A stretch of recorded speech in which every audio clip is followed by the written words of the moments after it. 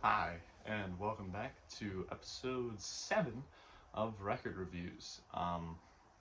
Same as always, same formula. I'm gonna go spin the wheel. We're gonna find out what we're reviewing today. Welcome back if you are viewing again for some reason, and welcome if this is your first time. But yeah, not really much to get into other than to find out what we're gonna be reviewing today. So let's send it over the wheel and let's find out.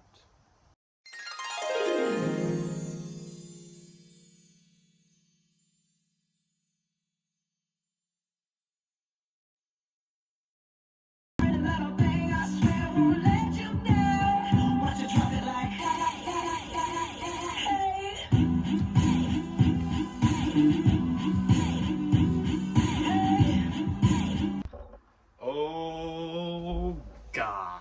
Well, look at what we got. We got Bruno Mars' Unorthodox Jukebox. Oh no, this is.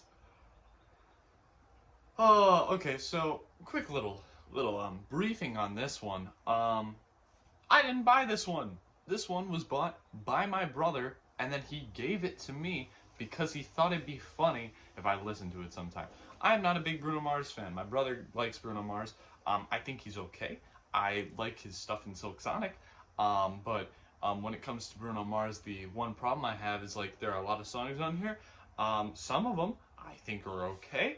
And some of them are extremely slow love songs that I don't necessarily care for that much. So, yeah, this one probably won't be the most positive of reviews if I'm being entirely honest. But in any case, the wheel chose, so I guess this is what we have to go with. So, yeah, wish me luck. Wish me luck. I'm gonna go put this one in, and I'll get back to you. Maybe it'll be different. Maybe I'll just love it. I'll love all of it. Maybe I've just been negative this whole time, and this viewing on vinyl, this will be the first time I've listened to it on the vinyl actually. Maybe this will really turn it around for me. But yeah, well, we'll find out. I'm gonna go put this in, and then I'll get back to you after that.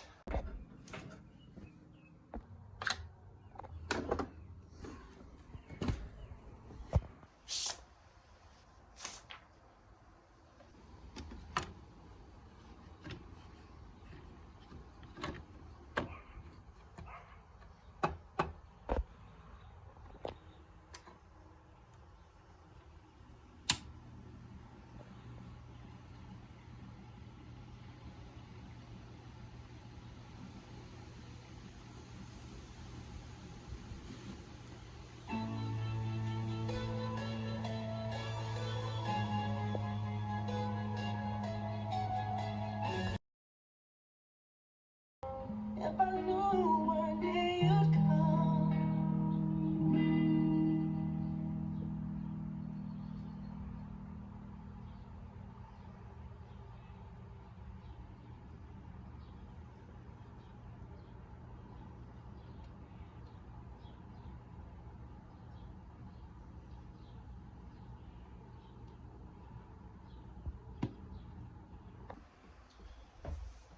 Alright, so I just got back from listening to it, and honestly, it was not as bad as I expected.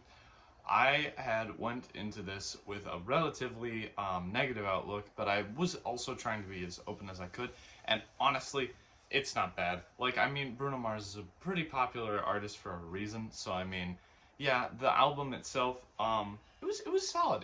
It was a good time.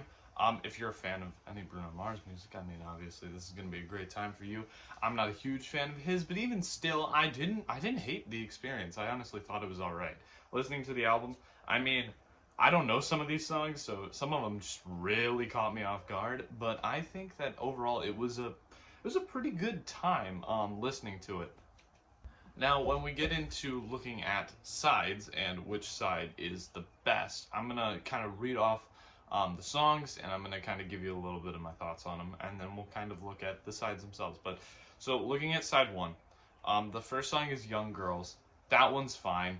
It's a little slow, which I'm not a huge fan of Bruno Mars' really slow songs that are, you know, they're just slow love songs, and I've heard them so much, and I just am not a big fan of them. But Young Girls, I haven't heard a ton, and honestly, it's not that bad. It's fine. It was a good song. The second one, Locked Out of Heaven. It was okay. It was actually, like, I mean, listening to it, it's okay, except there's this little, like, revving sound effect, or it's something where it's, like, squeaking constantly, and it starts, like, picking up. I don't know how to describe it, but once you notice it in the song, and I'm noticing it and listening to it on vinyl, I'm just like, it's a little annoying.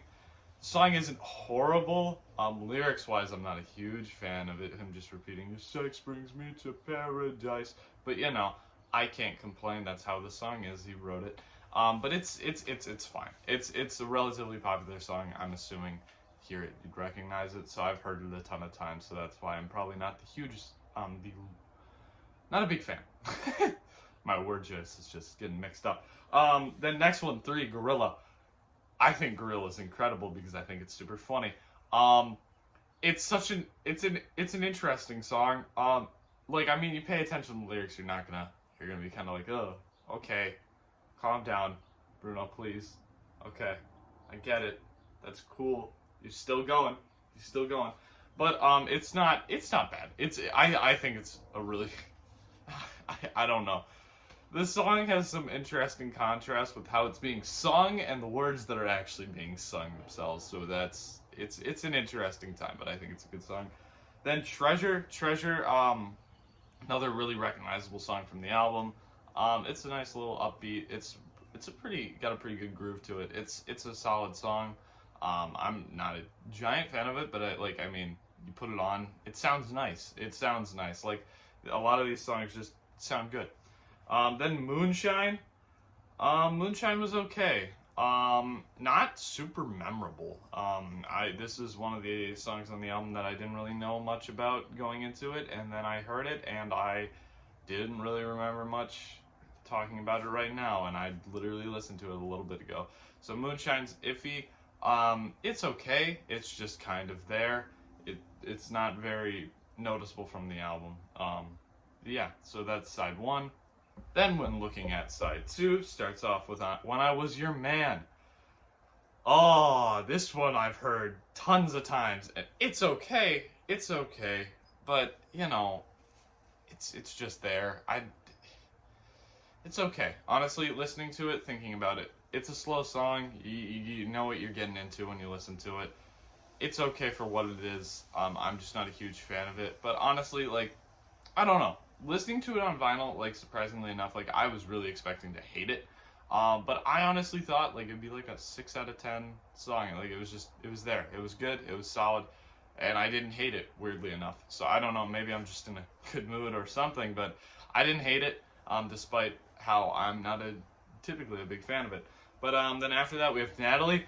Natalie's insane. Like, I was listening to this song, and I'm like, okay, this sounds alright. And then I start listening to the lyrics, and I'm just listening to what Bruno's saying.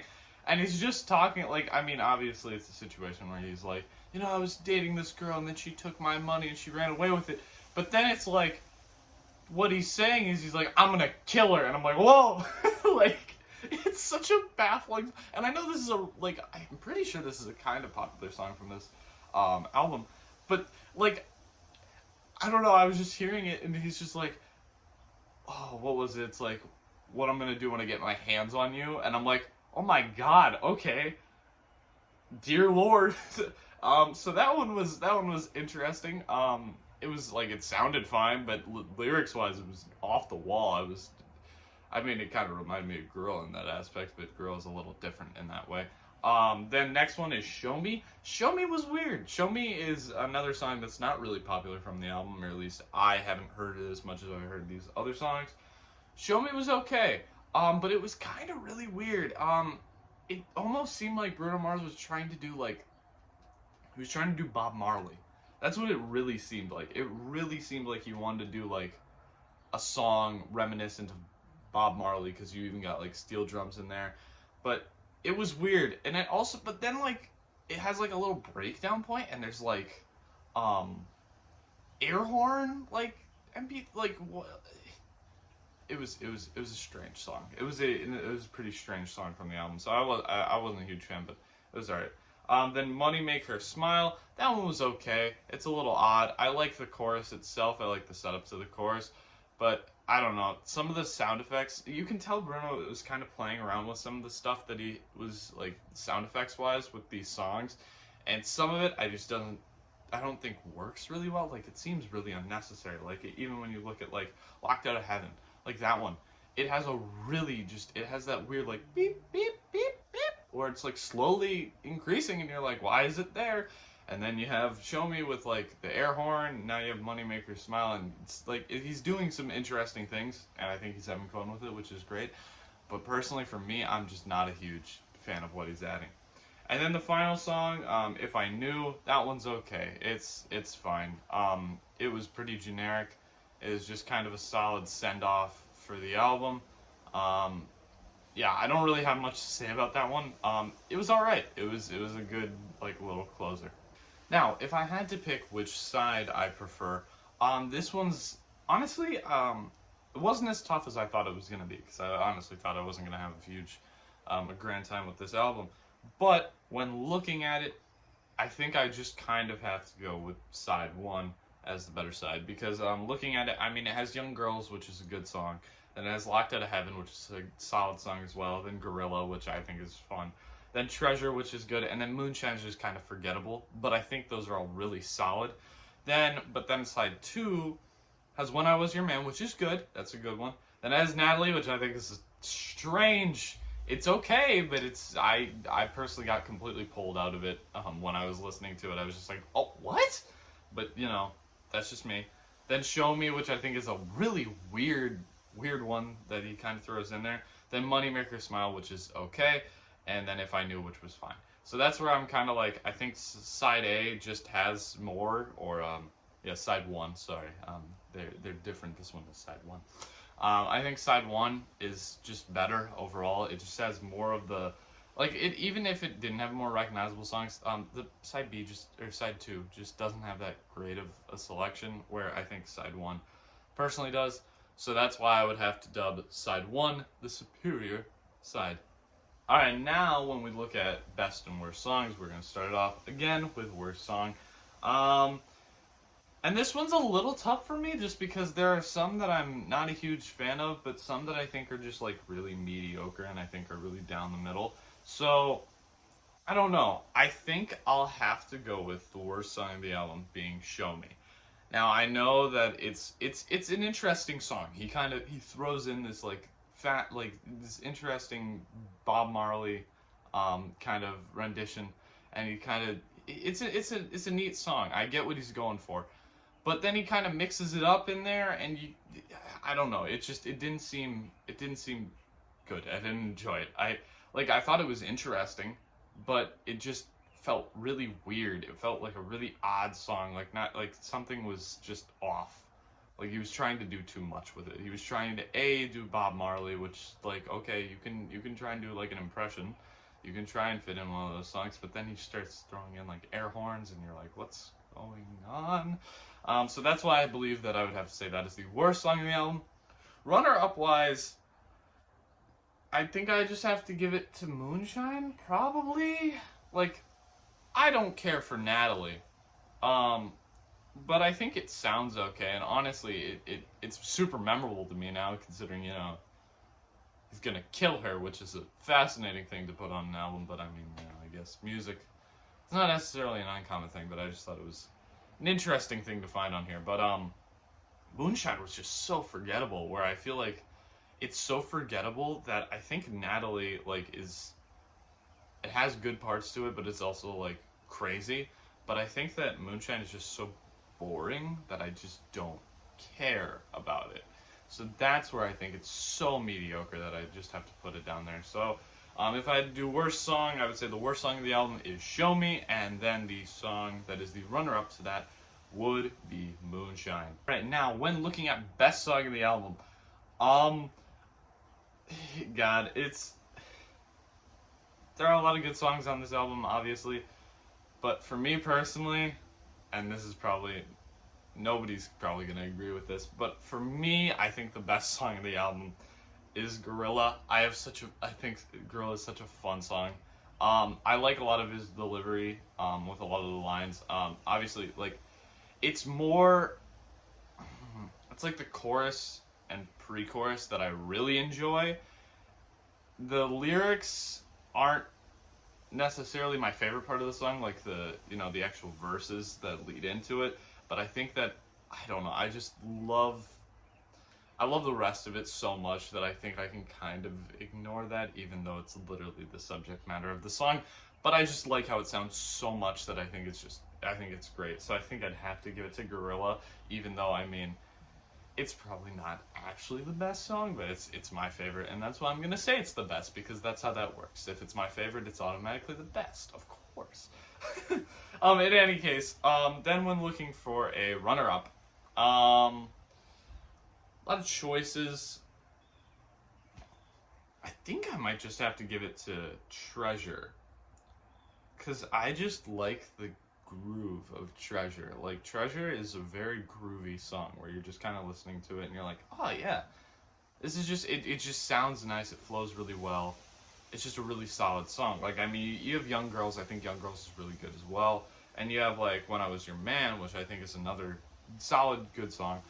But those are kind of slow, and, like, it's not something that I can just, like, put on and listen to. Like, I think Gorilla you can just put on and listen to because it's funny and just,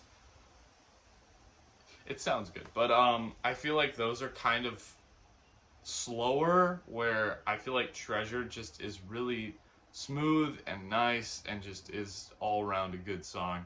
Other than the weird intro bit where, like, there's literally like 2 seconds of an intro that has an F-bomb for some reason. I don't know why that's there, but I guess he felt it necessary. Bruno decided, and whatever Bruno decides, is done.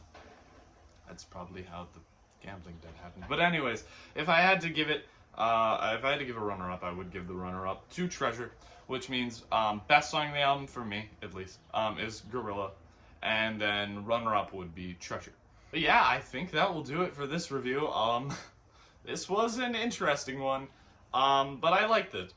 You know, I mean, I'd never really listened to this entire album. I know a lot of the songs just because of the radio, but to actually listen to it, it was a good time. It was a good time. It's something I don't typically listen to. I know my brother thought this was really funny that I had to listen to this, and yeah, it was all right. It was all right. I got to listen to some interesting songs. It was a good time. It was a good time.